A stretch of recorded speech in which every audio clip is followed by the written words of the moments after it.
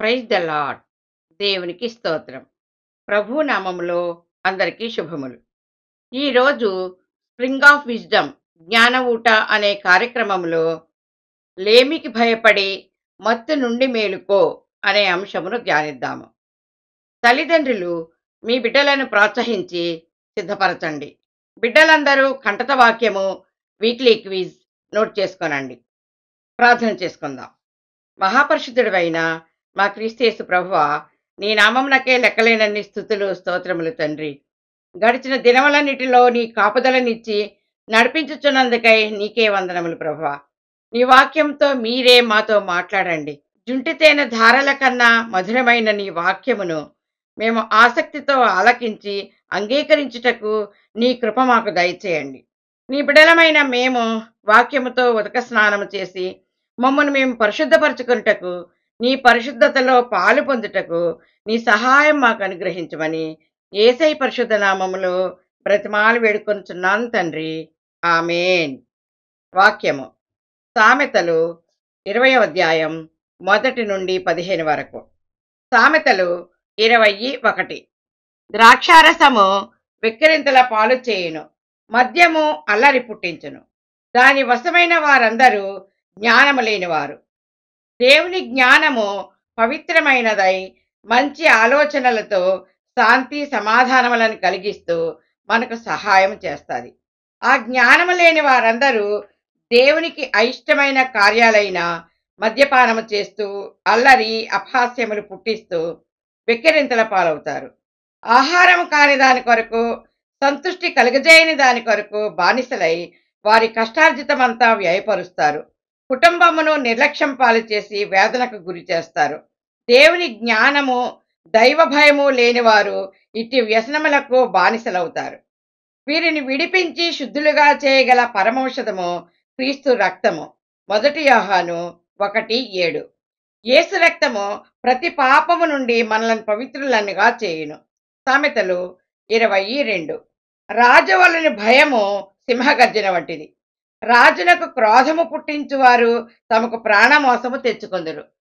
రాజు కోపం వలన కలుగు భయము సింహగర్జన వంటిది. ఆ గర్జనకు రాజదర్బారంతా కలవరంతో కంపించిపోతాది. రాజునకు కోపం పుట్టించు దాసులు రాజు క్రూరత్వమునకు ఉగ్రతకు లోనవుతారు. రాజులకు పుట్టిన క్రోధము వారి దాసులకు పనివాండ్రకు ప్రాణగండం కలిగిస్తాది. సామెతలు 23. కలహమునకు దూరముగా నుండుట నరులకు ఘనత. మూర్ఖుడైన ప్రతివాడును పోరునే కోరును. మూర్ఖత అనునది బుద్ధిహీనత వలన సంక్రమిస్తుంది. మూఢుడు జ్ఞాన వివేకములను అపహాస్యం చేస్తాడు. పెదవులతో పలికే ప్రతి మాట కుటిలతతో కూడి కలహమును పుట్టిస్తాడు. మూఢుడు తన వాద ప్రతివాదనలతో కొండెములు ప్రచారం చేస్తూ విరోధములు కల్పిస్తాడు. బుద్ధిహీనుడైన ప్రతివాడు పోరును శోధనను కోరుకుంటాడు. వివేకి దేవుని జ్ఞానముతో మితభాషిగా ఉంటాడు. వారిని క్షమించి శోధన నుండి వైదొలుగుతాడు. బుద్ధిమంతుడు ఊరకుండును అను వాక్య ప్రకారము కలహమునకు దూరముగా ఉండి ఘనతను పొందుకుంటాడు. సామెతలు 24. రాజైన సొలొమోను సోమరితనమును తీవ్రముగా ఖండించాడు. రైతులందరూ ఒకే కాలములో పొలమును దున్ని శుభ్రము చేసి సంసిద్ధపరచి విత్తులు నాటుతారు. సోమరి పొలమును దున్నాడు, నీరు పెట్టి నారు పోయాడు, విత్తులు నాటాడు. కానీ రైతులందరూ పంటను కూర్చుకునే సమయంలో పంట గూర్చి విచారిస్తాడు. కానీ అతనికి ఏమీ దొరకదు, నిరాశే మిగులుతుంది. సామెతలు 20వ అధ్యాయం 5-6 వచనములు. నరుని హృదయములోని ఆలోచన లోతు నీళ్ల వంటిది.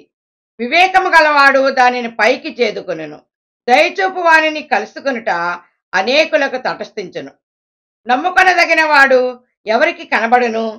దేవుని యందు భయభక్తులు గలవారు సత్ప్రవర్తన కలిగి వారి హృదయాలోచనలను నియంత్రించుకొని వారి వశములో ఉంచుకుంటారు. అపవాది చెడ్డ ఆలోచనలను కలిగించిన దేవుని సహాయముతో తలంపుల మీద జయము పొందుకుంటారు. నరుని హృదయాంతరంగములోని ఆలోచనలు లోతు నీళ్ల వలె దాగి ఉంటాయి. నరుల ఆలోచనలను బట్టి వారి క్రియలు ఉంటాయి. మంచి ఆలోచనలు గలవారు సత్క్రియలు, చెడ్డ ఆలోచనలు గలవారు దుష్క్రియలు కలిగి ఉంటారు. బుద్ధి వివేకములు గల ఆత్మను కలిగి ఉంటే లోతు నీళ్ల వలె దాగి ఉన్న మంచి ఆలోచనలను పైకి చేదుకున్నట్లు వాటిని సేకరించుకుని భద్రపరుచుకుంటారు. దయగలిగి దాతృత్వంతో ఉన్న వానిని అనేక మంది కలుసుకుంటారు. వారిలో అతని దయకు ఎవరు పాత్రులో, ఎవరు దౌర్భాగ్యులో ఎవరికి తెలుసు? వారిలో కొందరిని చూచి వారికి సహాయం చేయవచ్చు, మరికొందరిని చూచి తిరస్కరించవచ్చు కూడా. మనుషుల సహాయము వ్యర్థము, దేవుని ఆశ్రయించదగిన నరుడు ధన్యుడు. ఆయన మనం నమ్ముకొనదగిన సహాయకుడు. సామెతలు 27. దేవుని వాక్యము నమ్మదగినది, తరతరములు నిలిచియుండినది. యథార్థవర్తనుడగు నీతిమంతుని విశ్వాస జీవిత యాత్రలో తన యథార్థతను కాపాడుకొనుటకు పడిన శ్రమ, హింస దేవుని యొద్ద దాచబడి ఉంటాది. తగిన కాలమందు దాని ప్రతిఫలము వారి బిడ్డలపై దేవుని కృప రూపంలో నిలిచి ఉంటాది. కీర్తన 103:18.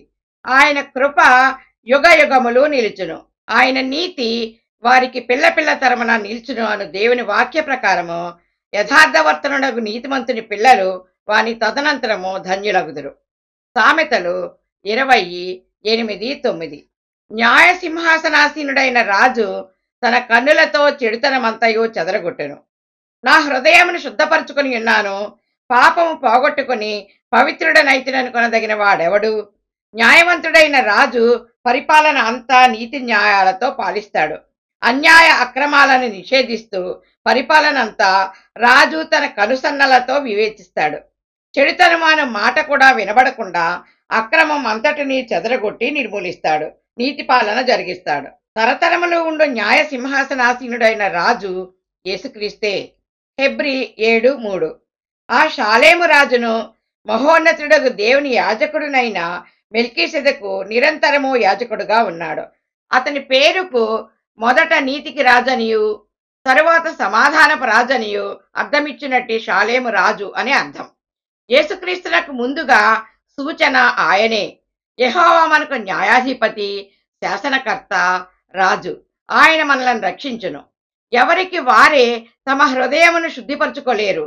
మా పాపములను పోగొట్టుకొని మాకు మేము శుద్ధిపరచుకొని ఉన్నాము అని ఎవరైనా చెబితే వాడు అబద్ధికుడు. యోబు 15:14.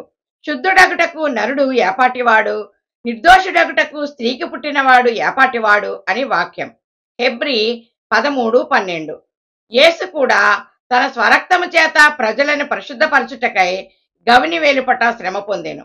అదే శిలువ శ్రమ. శిలువలో ఆయన చిందించిన నిబంధన రక్తము ద్వారా మన పాపములను పవిత్రపరచుకొని నీతిమంతులుగా తీర్చబడాలి. సామెతలు 20:10. వేరువేరు తూనికరాళ్ళు, వేరువేరు కుంచములు, ఈ రెండును యెహోవాకు హేయములు. తూనికరాళ్ళు వస్తువు యొక్క ఖరారైన బరువును తూచి నిర్ధారిస్తాయి. అట్లే కొలపాత్రలు కూడా నమ్మకత్వానికి, యథార్థతకు, పటిష్టమైన ఖచ్చితత్వానికి నిదర్శనములు. అయితే వాటిలో కూడా మోసము, వంచన చేస్తే అవి యెహోవాకు హేయములు. దేవునితో హేయపరచబడిన జీవితము వ్యర్థమైనదిగాను, నిష్ప్రయోజనమైనదిగాను విసర్జించబడతాది. ఇకనైనా నీ మోసము, కుటిలత, వంచన ప్రభు పాదాలపై పడి ఒప్పుకొని విడిచిపెడితే క్షమించబడి దేవుని కనికరమును పొందుకుంటావు. ఆయన మనలను న్యాయమైన త్రాసులో తూచగా తక్కువ కాకుండా సరితూగాలి. సామెతలు 20:11. బాలుడు సహితము తన నడవడి శుద్ధమైనదో కాదో, యథార్థమైనదో కాదో తన చేష్టల వలన తెలియచేయును. నీతిమంతులు గర్భంలో పిండముగా రూపుదిద్దుకుంటున్న సమయంలోనే వారి భావి జీవితమును ఏ విధంగా సిద్ధపరచబడాలని వారు కోరుకుంటారో అలా దేవునికి విన్నవించుకొని దేవుని కృప కొరకు కనిపెట్టుకుంటారు. వారు పుట్టి పెరుగుతున్నప్పుడు వారు నడవవలసిన త్రోవను ప్రేమతో నేర్పిస్తారు. వారి నడవడి శుద్ధమైనదో కాదో, యథార్థమైనదో కాదో వారి క్రియల వలన తేటపరచబడతాయి. కాని చేష్టలు కనబడితే బిడ్డలను మందలించి నీతి మార్గంలోనికి మళ్లిస్తారు. బిడ్డలు తల్లిదండ్రుల జీవిత చర్యలను అనుకరించి జీవిస్తూ దేవుని మహిమపరుస్తారు. సామెతలు 20:12. వినగల చెవి, చూడగల కన్ను, ఈ రెండును యెహోవా కలుగు చేసినవే. చెవి, కన్ను, నాలుక ఇవి ప్రత్యేకమైన జ్ఞానమును మనకు కలుగజేస్తాయి. కంటితో చూస్తూ, చెవులతో విని దాన్ని గూర్చి నాలుకతో మాట్లాడతాడు. ఈ అవయవాలన్నీ ఒకదానితో ఒకటి అనుసంధానమై ఉంటాయి.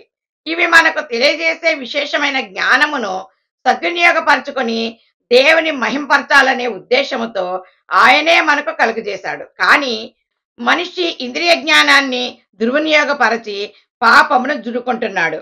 ఇర్మియా 5:21. కన్నులుండియు చూడకయు చెవులుండియు వినకయునున్న వివేకం లేని మూఢులారా అని దేవుడు గద్దించుచున్నాడు. యెషయా 33:15. నీతిని అనుసరించి నడుచుచు యథార్థముగా మాటలాడుచు నిర్బంధన వలన వచ్చు లాభమును ఉపేక్షించుచు లంచము పుచ్చుకొనకుండా తన చేతులను మలుపుకొని హత్య అను మాట వినబడకుండా చెవులు మూసుకొని చెడుతనము చూడకుండా కన్నులు మూసుకొనివాడు ఉన్నత స్థలమున అంటే సియోను కొండపై పరలోక రాజ్యములో నివసించును. సామెతలు 20:13. లేమికి భయపడి నిద్రయందు ఆసక్తి విడువుము. నీవు మేల్కొని ఉండినెడల ఆహారము తిని తృప్తి పొందుదువు. జ్ఞాని అయిన సొలొమోను ఆయన జీవిత అనుభవములలో చూచి అసహించుకున్న సోమరితనము గూర్చి పదే పదే కఠినముగా గర్జించాడు. సామెతలు 6:10-11. ఇక కొంచెము నిద్రించెదనని, కొంచెము కునికెదనని, చేతులు ముడుచుకొని పరుండెదనని అనుకుంటే దోపిడిగాడు వచ్చినట్లు దారిద్ర్యము, ఆయుధదారుడు వచ్చినట్లు లేమి నీ యొద్దకు వచ్చునని గద్దించాడు. కాబట్టి లేమికి భయపడి నిద్రపై ఆసక్తి విడిచిపెట్టమని హెచ్చరిస్తున్నాడు. నీవు నిద్రించుచున్నావా? ఒక గడి అయినను మేల్కొని ఉండలేవా అని. నిద్రించుచున్న నీవు మేల్కొని మృతులలో నుండి లెమ్ము, క్రీస్తు నీ మీద ప్రకాశించునని ఆయన వాక్యం చెప్పుచున్నది. ఏదైనా ఒక వస్తువును కొనేటప్పుడు అది మంచిదైనా సరే జబ్బుది, మంచిది కాదు అని తక్కువ ధరకు కొంటాడు. బయటికి వెళ్ళి ఇది చాలా మంచి వస్తువని మెచ్చుకుంటాడు. బంగారును విస్తారమైన ముత్యములను కలవు. వాటన్నిటికంటే తెలివిగల మాటలు పలుకు పెదవులు అమూల్యమైన సొత్తు. దేవుని నోటి వాక్కులే తెలివిగల మాటలు. కీర్తన 119:127. బంగారు కంటేను అపరంజి కంటేను నీ ఆజ్ఞలు నాకు ప్రేమగానున్నవి. వేల కొలది బంగారు నాణెముల కంటే నీవిచ్చిన ధర్మశాస్త్రము నాకు మేలు అని కీర్తనాకారుడు సెలవిచ్చాడు. దేవుని వాక్యము తొట్టిల్లు వాణిని ఆదుకొని కృంగిన వాణిని బలపరిచే జ్ఞానోపదేశము. వాక్యము నుండి ప్రాముఖ్యమైన విషయాలు. కలహమునకు దూరముగా నుండుట నరులకు ఘనత. యథార్థవర్తనుడగు నీతిమంతుని పిల్లలు వాని తదనంతరము ధన్యులగుదురు. లేమికి భయపడి నిద్రయందు ఆసక్తి విడువుము. కంటత వాక్యము. సామెతలు 20:5. నరుని హృదయములోని ఆలోచన లోతు నీళ్ల వంటిది. వివేకము గలవాడు దానిని పైకి చేదుకొనును. కంటత వాక్యము. సామెతలు 20:5. నరుని హృదయములోని ఆలోచన లోతు నీళ్ల వంటిది. వివేకము గలవాడు దానిని పైకి చేదుకొనును.